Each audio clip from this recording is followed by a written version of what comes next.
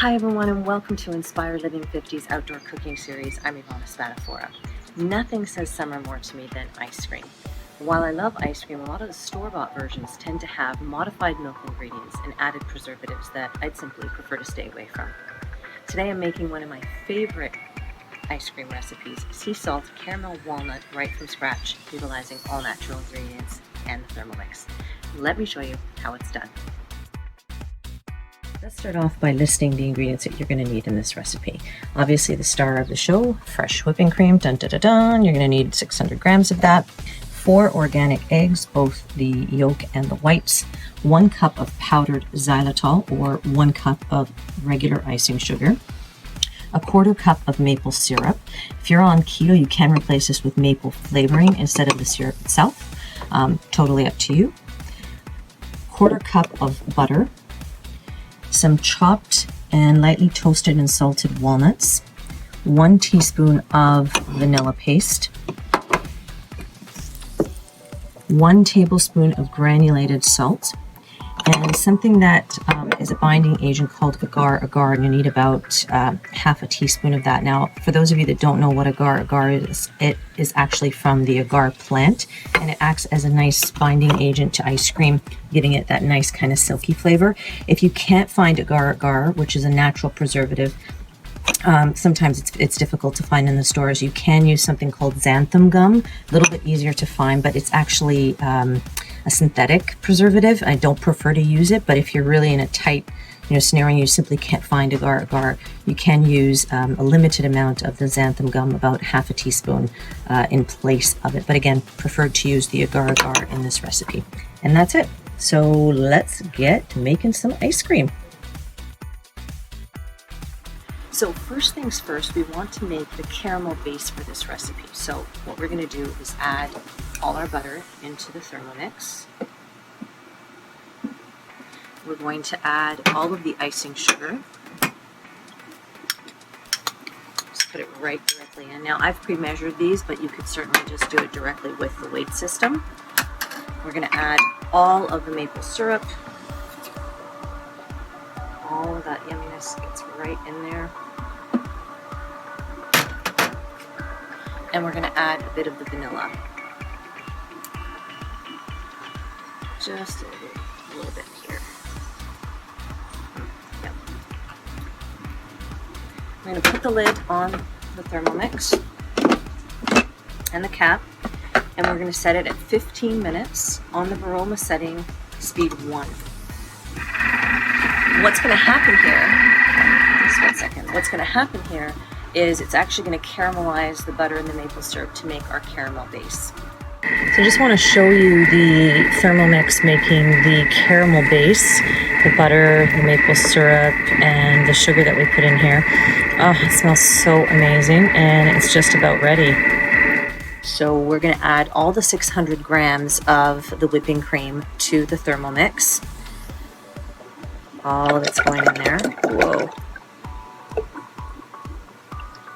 Slow down. That's all gone in. Okay. And we're going to gently pulse that for 30 seconds. Speed 5, just to mix it in with the caramel itself. So we're just going to put 30 seconds on the clock here.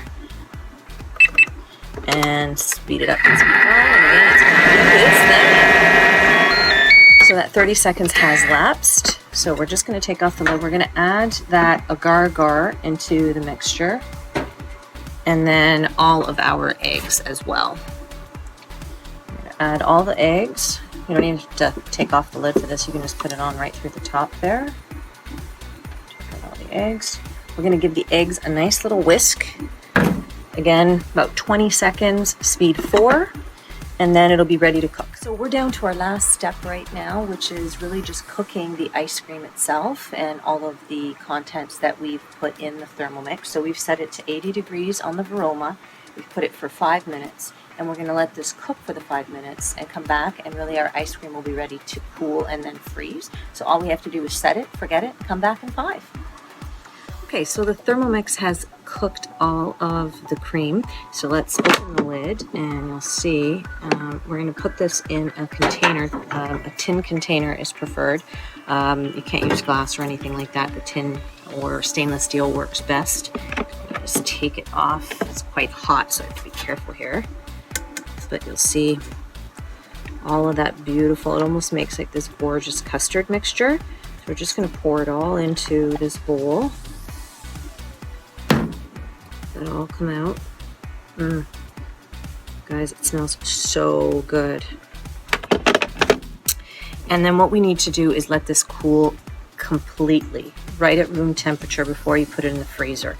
Because what will happen is if you put it in right now, the heat will create steam in the freezer and you'll crystallize your ice cream, which we don't want. We want a really beautiful, nice, smooth, amazing texture to the ice cream. And let me show you what that looks like. So we're gonna let this cool at room temperature and then put that in the freezer, preferably for about 6 to 8 hours, but ideally overnight. And then we'll churn it the next day, and you'll have ice cream ready. This is the final portion of the frozen mixture going in for churning with the one that already has been churned. So I just want to show you how easy it is to do the churning process. We're going to close the lid on this.